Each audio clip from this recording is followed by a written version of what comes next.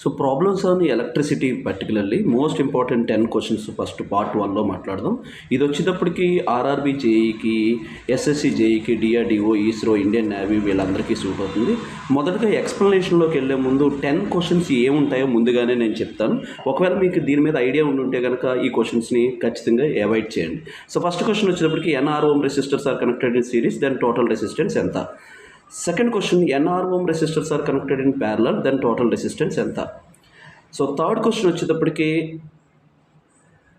ఒక పిక్ ఇచ్చాడు. So 1 ohm, 2 ohm, 2 ohm, 3 ohm, 3 ohm, 4 ohm, 4 ohm, అలా 5 ఓమ్ వరకు ఉన్నాయి. అది సో ఏకి బీకి మధ్య టోటల్ రెసిస్టెన్స్ ఎంత.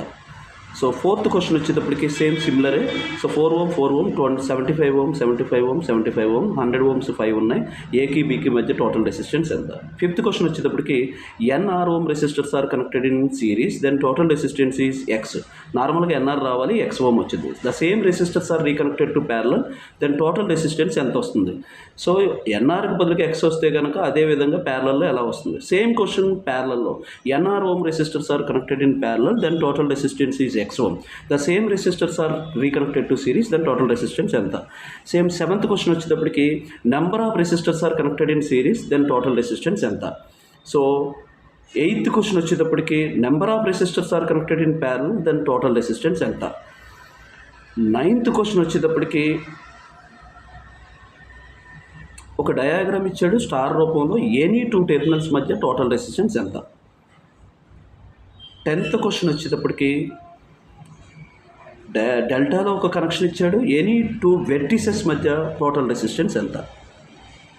ఈ 10 క్వశ్చన్స్ ఎలా వచ్చాయో ఎక్స్ప్లెనేషన్తో సహా షార్టెస్ట్ వే వరకు వెళ్దాం. బట్ వెరీ బేసిక్ నుంచి స్టార్ట్ చేస్తాం. పార్ట్ 1లో ఈ 10 క్వశ్చన్స్ డిస్కస్ చేస్తాను, పార్ట్ 2లో మరొక 10 క్వశ్చన్స్, పార్ట్ 3లో మరొక 10 క్వశ్చన్స్ డిస్కస్ చేస్తాను.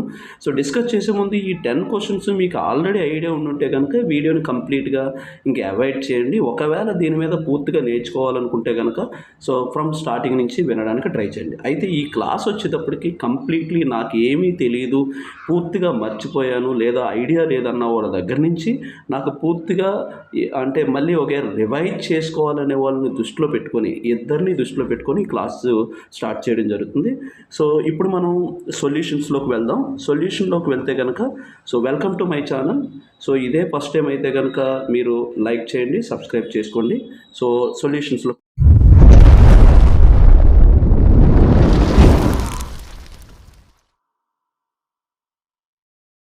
ముందుగా మనం ఈ ప్రాబ్లమ్స్ని డిస్కస్ చేయాలంటే series circuit and parallel circuit యొక్క మినిమం రూల్స్ అండ్ రెగ్యులేషన్స్ ఏముంటాయో చూడాలి. ఫస్ట్ సిరీస్ సర్క్యూట్ తీసుకున్నాము అని అంటే what is series circuit.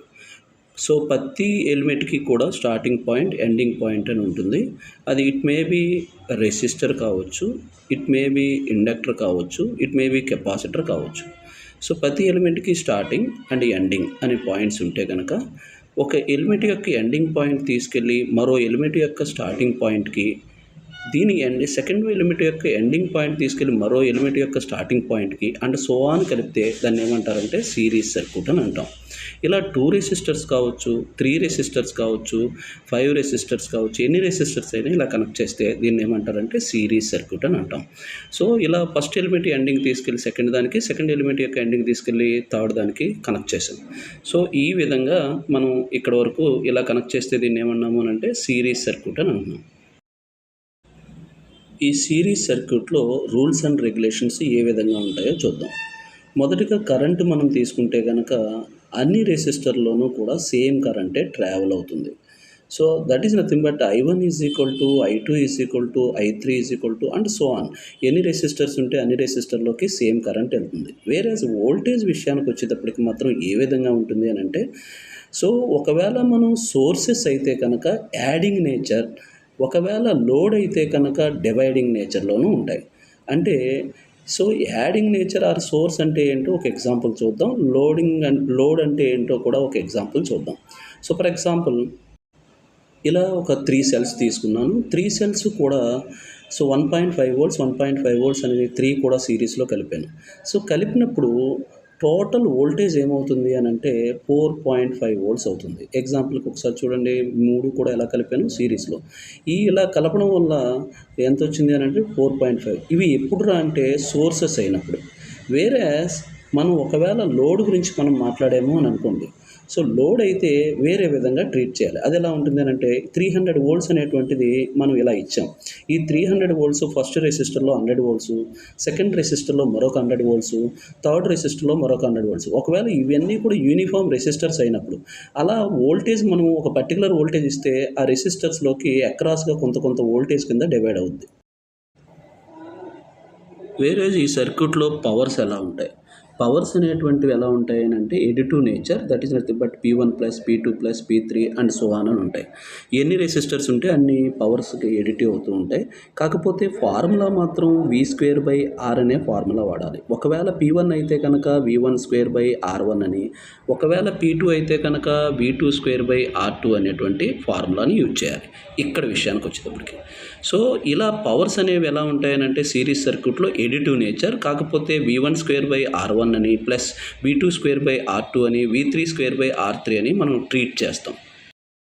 Total resistance is equal to R1 plus R2 plus R3. ఎన్ని రెసిస్టర్స్ అయితే ఉంటాయో అన్నీ కూడా డైరెక్ట్గా యాడింగ్ నేచర్లో. ఇదే కనుక మనం ప్యారలల్ రెసిస్టెన్స్ తీసుకుంటే కనుక వాట్ ఈజ్ ప్యారలల్? ప్రతి ఎలిమెంట్కి ఇందాక చెప్పినట్టుగానే స్టార్టింగ్ పాయింట్, ఎండింగ్ పాయింట్ అని ఉంటాయి. అన్ని స్టార్టింగ్ పాయింట్స్, అన్ని ఎండింగ్ పాయింట్స్ ఒకదానికి ట్విస్ట్ చేస్తే సో దాన్ని ఏమని పిలుస్తారు అని అంటే ప్యారలల్ సర్క్యూట్ అని పిలుస్తాం. ఈ ప్యారలల్ సర్క్యూట్లో రూల్స్ అండ్ రెగ్యులేషన్స్ కూడా ఏ విధంగా ఉంటాయో చూద్దాం. పర్టికులర్లీ సిరీస్కి ఏవైతే డిస్కస్ చేసామో దానికి ఎగ్జాక్ట్లీ ఆపోజిట్ నేచర్లో ఉంటాయి. సో ఈ ప్యారలల్ సర్క్యూట్లో రూల్స్ ఏమి ఉంటాయి? వోల్టేజ్ అనేది ఎలా ఉంటుంది అని అంటే ఆల్మోస్ట్ సేమ్ ఉంటుంది. అన్ని రెసిస్టర్స్ అక్రాస్ కానీ వోల్టేజ్ సేమ్ ఉంటుంది. వేరే కరెంట్ విషయానికి వచ్చేటప్పటికి మాత్రం ఏమవుతుంది అని అంటే dividing nature and adding nature రెండూ చెప్పాలి. సోర్సెస్ అయితే కనుక యాడింగ్ నేచర్ అని, లోడ్ అయితే కనుక డివైడింగ్ నేచర్ అని మనం చెప్పాలి. సో పర్టికులర్లీ అది సిరీస్కైనా ఇదే రూల్ అప్లికేబుల్, ప్యారలల్కైనా ఇదే రూల్స్ అప్లికేబుల్. సోర్సెస్ అయితే యాడింగ్ నేచర్, లోడ్ అయితే కనుక డివైడింగ్ నేచర్ అని చెప్పాలి. సో నెక్స్ట్ కాన్సెప్ట్, ప్యారలల్లో కూడా powers are additive nature. P1 plus P2 plus P3 ఎన్ని ఉంటే అన్నీ ఉంటాయి. కాకపోతే ఇక్కడ P1 ఈజ్ ఈక్వల్ టు మనం ఏమనాలి అని అంటే I²R ట్రీట్ చేయాలి. That is nothing but I1²R1 అని, P2 is equal to I2²R2 అని అండ్ సో అని చెప్తాం. ఇక్కడైనా పవర్స్ ఎడిటివ్నే, అక్కడైనా పవర్స్ ఆర్ ఎడిటివ్నే. కాకపోతే సిరీస్లో వచ్చేటప్పటికి V²/R వాడతాము, ప్యారలల్లో వచ్చేటప్పటికి I²R అనేటువంటిది వాడతాం.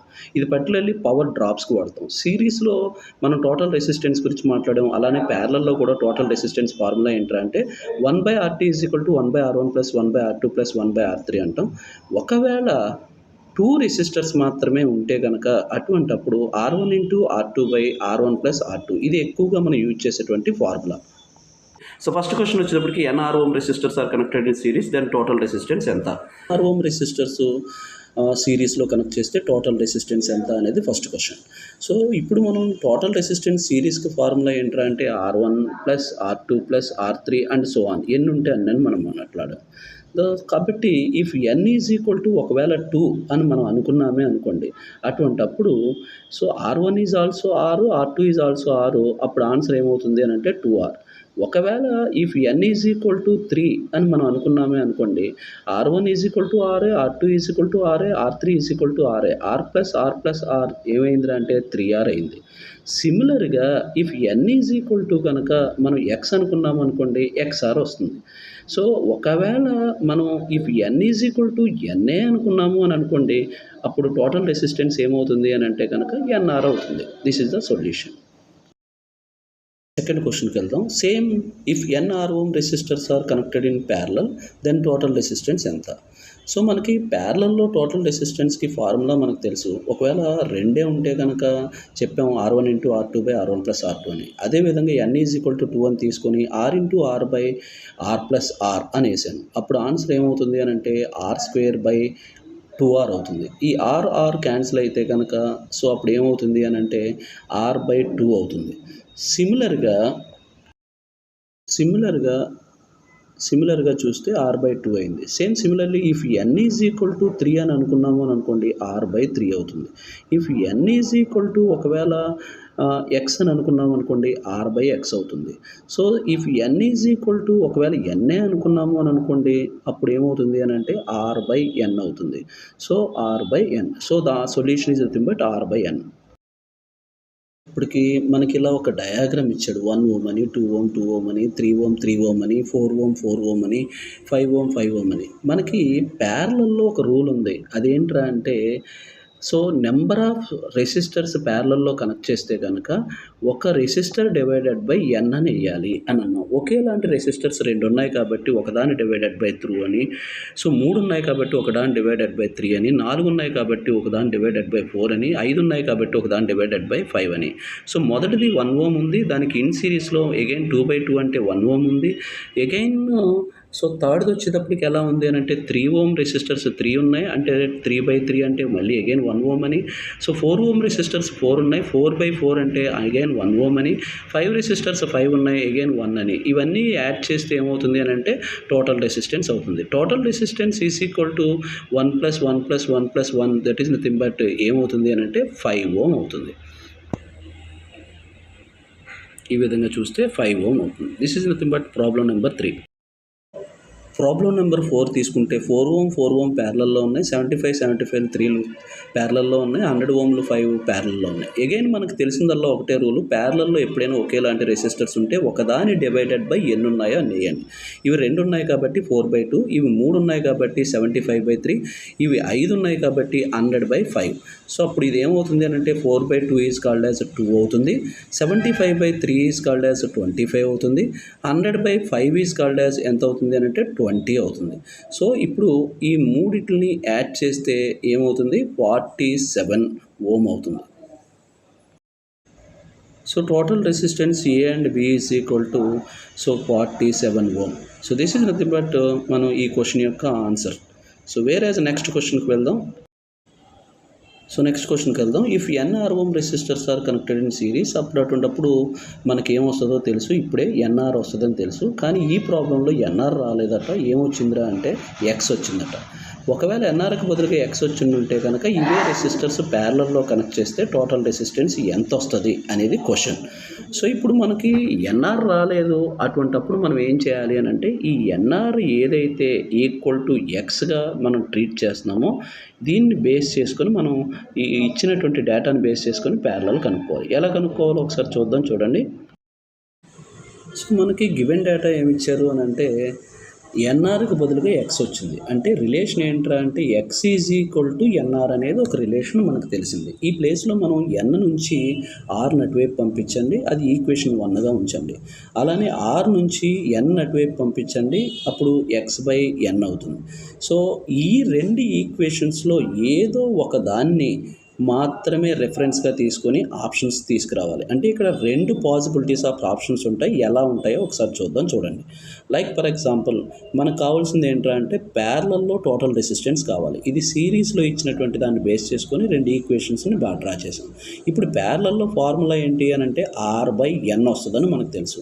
ఇప్పుడు మీరు ఏం చేస్తారంటే ఈ r తీసేసి rకి బదులుగా x/n అన్నా పెట్టండి. ఒక ఆప్షన్ ఉండొచ్చు.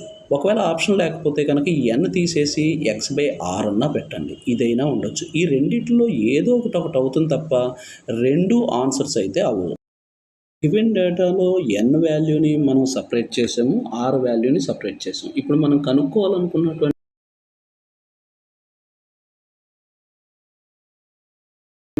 RT parallel is equal to formula ఏమని తెలుసు మనకి r/n అని తెలుసు. ఇప్పుడు ఫస్ట్ కేసులో వచ్చేటప్పటికి rని రిమూవ్ చేసి r ప్లేస్లో అది పెడదాము. సెకండ్ కేసులో వచ్చేటప్పటికి nని రిమూవ్ చేసి ఇది పెడదాము. ఈ రెండిట్లో ఏదో ఒకటి మాత్రమే ఆన్సర్ అవుతుంది. rని తీసేసి x/n అని పెట్టాను, అప్పుడు x/n². ఇది ఆప్షన్లో ఉందో లేదో చూడండి. ఒకవేళ లేకపోతే సెకండ్ మెథడ్కి వెళ్ళాలి. సెకండ్ మెథడ్ ఏముంది, సో r అలానే ఉంచండి, n ప్లేస్లో వచ్చేటప్పటికి మీరు ఏం చేస్తారు అని అంటే x/rని ప్లేస్ చేయడానికి ట్రై చేస్తారు. సో ఫస్ట్ కేసులో వచ్చేటప్పటికి ఈ విధంగాను ఆప్షన్స్ ఇలా ఉందో లేదో చూడాలి. ఒకవేళ లేకపోతే మాత్రమే సెకండ్ ఆప్షన్స్కి వెళ్ళాలి. ఒకవేళ ఫస్ట్ మెథడ్లో x/n² అనేది లేకపోతే కనుక n రీప్లేస్ చేసి ఆ nకు బదులుగా x/r అనేదాన్ని ప్లేస్ చేస్తే అప్పుడు ఫైనల్గా ఆన్సర్ ఏమొస్తుందంటే r²/x అని వస్తుంది. ఎయిదర్ ఆర్ఎల్లో అయినా ఆన్సర్ ఉంటుంది, లేదా ఎయిదర్ ఎక్స్ఎల్లో అయినా ఆన్సర్ ఉంటుంది. ఈ రెండిట్లో ఏదో ఒకటి మాత్రం. సిమిలర్ క్వశ్చనే ప్యారలల్లో అడిగితే ఏం చేయాలి? సేమ్ సిరీస్లో ఎలా అయితే డివైడ్ చేసామో గివెన్ డేటాని ప్యారలల్లో కూడా డివైడ్ చేసి RT series is equal to NR అని మనం రాసుకోవాలి. అంటే so RT parallel is equal to X వచ్చినప్పుడు RT series is equal to ఏమొస్తుంది? ఫస్ట్ ఎన్ రీప్లేస్ చేసి ఎన్కు బదులుగా ఆర్ బై ఎక్స్ అని, ఆ తర్వాత ఆర్ రీప్లేస్ చేసి ఎక్స్ ఎన్ అని మనం రెండు రకాలుగా డివైడ్ చేయాలి. ఈ రెండిట్లో ఏదో ఒకటి మాత్రమే ఆప్షన్ ఉంటుంది. సో ఫస్ట్ కేసు వచ్చేటప్పటికి నేను ఏం చేశాను అంటే ఎన్ఆర్లో ఎన్ని రీప్లేస్ చేశాను, that is nothing but R by x into R వేసాను. సో అప్పుడు ఏమవుతుంది అని అంటే ఆర్ స్క్వేర్ బై ఎక్స్ అవుతుంది. ఇది ఆప్షన్లో ఉందో లేదో చూసుకోవాలి. ఒకవేళ లేకపోతే కనుక ఎన్ అలానే ఉంచి ఆర్ను మాత్రమే రీప్లేస్ చేయాలి. అంటే ఎన్ అలానే ఉంచాను, ఆర్కు బదులుగా ఎక్స్ ఎన్ అని నేను డ్రా చేశాను పైన రాసినటువంటి డేటాను బేస్ చేసుకొని. అప్పుడు ఎన్ స్క్వేర్ ఎక్స్ అవుతుంది. నెక్స్ట్ క్వశ్చన్ వచ్చేటప్పటికి number of resistors are connected in series then total resistance ఎలా ఉంటుంది అనేది question. For example 2 resistors 2 and 3 తీసుకున్నాను, ఆ రెండింటిని కలిపితే 5 వచ్చింది. మరొక 4 రెసిస్టర్స్ తీసుకున్నాను, 1 2 3 and 4 అనేటువంటి 4 రెసిస్టర్స్ తీసుకున్నాను, 8 ఓం వచ్చింది. అగైన్ మరొక 10 ఓం అని 30 ఓం అని అగైన్ 50 ఓం అని తీసుకున్నాను, అగైన్ ఇది చేస్తే 90 ఓం వచ్చింది. సో ఇప్పుడు మనం జాగ్రత్తగా అబ్జర్వ్ చేస్తే అవుట్పుట్ ఆన్సర్ ఏదైతే టోటల్ రెసిస్టెన్స్ ఉందో ఆ టోటల్ రెసిస్టెన్స్ ఎప్పుడు కూడా పెద్దదానికన్నా ఎక్కువ వస్తుంది. అంటే in case of number of resistors are connected in series then total resistance is always greater than the greatest value of resistor. ఇది మనం చెప్పాలనుకున్నటువంటి థియరీ. సో ఫైనల్గా కన్క్లూజన్ వచ్చేటప్పటికి 3 and 6 ప్యారలల్ చేస్తే 2 వచ్చింది, 20 and 5 చేస్తే 4 వచ్చింది, 10 15 30 చేస్తే 5 వచ్చింది. అంటే the total resistance in parallel is always less than the least value of resistor. This is the answer.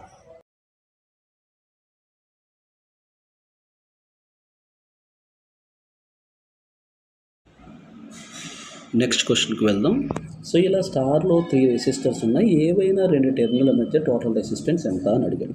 మొదటగా మనం ఏం చేయాలి అని అంటే ఎప్పుడైనా తెలియకపోతే ఆ 2 టెర్మినల్ మధ్యలోనూ బ్యాటరీ సోర్స్ కనెక్ట్ చేయండి. ఎక్కడైతే కరెంట్ డివైడ్ అవుతుందో దాన్ని ప్యారలల్ గాను, సేమ్ కరెంట్ వెళ్తే కనుక సిరీస్ గాను ట్రీట్ చేయాలి. అగైన్ అసలు కరెంటే వెళ్ళకపోతే ఆ రెసిస్టర్ని డమ్మీ రెసిస్టర్ కింద ట్రీట్ చేయాలి, దాన్ని అసలు కన్సిడర్ చేయకూడదు. సో ఫస్ట్ కరెంటు 3 ఓంలోకి వచ్చింది, ఆ తర్వాత 2 రెసిస్టర్స్గా ఉన్నప్పటికీ కూడా అక్కడ కనెక్షన్ లేకపోవడం వల్ల ఆ రెసిస్టర్లోకి కరెంటు వెళ్ళదు. అంటే ఫైనల్గా సర్క్యూట్ ఏమవుతుందంటే 2 3 రెసిస్టర్స్లోకి వెళ్తుంది, ఒకదాని తర్వాత ఒకటి వెళ్తుంది అని అంటే 2 సిరీస్లో ఉన్నాయి. 3 + 3 = 6 ఓం. సో నెక్స్ట్ క్వశ్చన్ తీసుకుంటే కనుక డెల్టాలో నేను ఇలా 3 రెసిస్టర్స్ ఉన్నాయి, ఏవైనా 2 వెర్టిసెస్ మధ్య 2 కోణాల మధ్య టోటల్ రెసిస్టెన్స్ ఎంత అని తెలియకపోతే ఏవైనా 2 కోణాల మధ్య బ్యాటరీ సోర్స్ కనెక్ట్ చేయండి. కరెంట్ డివైడ్ అయితే కనుక ప్యారలల్ అని, సేమ్ కరెంట్ వెళ్తే కనుక సిరీస్గాను ట్రీట్ చేస్తాం. సో ఫస్ట్ వెళ్ళగానే 2 పార్టీషన్స్ అయింది, అంటే ఈ 2 ప్యారలల్ కింద మనం ట్రీట్ చేయాలి. ఆ తర్వాత ఈ కరెంటు మళ్ళీ ఇందులోకి వస్తుంది, అంటే ఈ 2 ఎలా ఉన్నాయంటే సిరీస్లో ఉన్నాయి. సో ఫస్ట్ 2 రెసిస్టర్స్ పై 2 రెసిస్టర్లు సిరీస్లో ఉన్నాయి, దానికి మరొక 3 ఓముల రెసిస్టర్ ప్యారలల్లో ఉంది. అంటే కన్క్లూజన్ ఎలా రాయొచ్చు అని అంటే సర్క్యూట్ పైన వచ్చేటప్పటికి 2 సిరీస్లో ఉన్నట్టుగాను, దాని కింద వచ్చేటప్పటికి ఒకటి ప్యారలల్లో ఉన్నట్టుగాను, అంటే 3 and 3 2 కూడా సిరీస్లో ఉన్నాయి, అండ్ దానికి 3 వచ్చేటప్పటికి ప్యారలల్లో ఉన్నాయి. కన్క్లూజన్కి వస్తే కనుక 3 + 3 అనేది సిరీస్లో ఉంది, 3 + 3 అనేది ఈ మొత్తం వచ్చేటప్పటికి మరో 3 ఓంకి ప్యారలల్లో ఉంది. అంటే కాన్సెప్ట్ ఇది నథింగ్ బట్ 3 + 3ని యాడ్ చేస్తే 6 అవుతుంది. 6 × 3/6 + 3 ఆల్రెడీ ఈ ప్రాబ్లం మనం చేసాం. 6 × 3/6 + 3 అంటే సో అగైన్ 18/9 అవుతుంది. Again the answer is nothing but 2 ఓం అవుతుంది.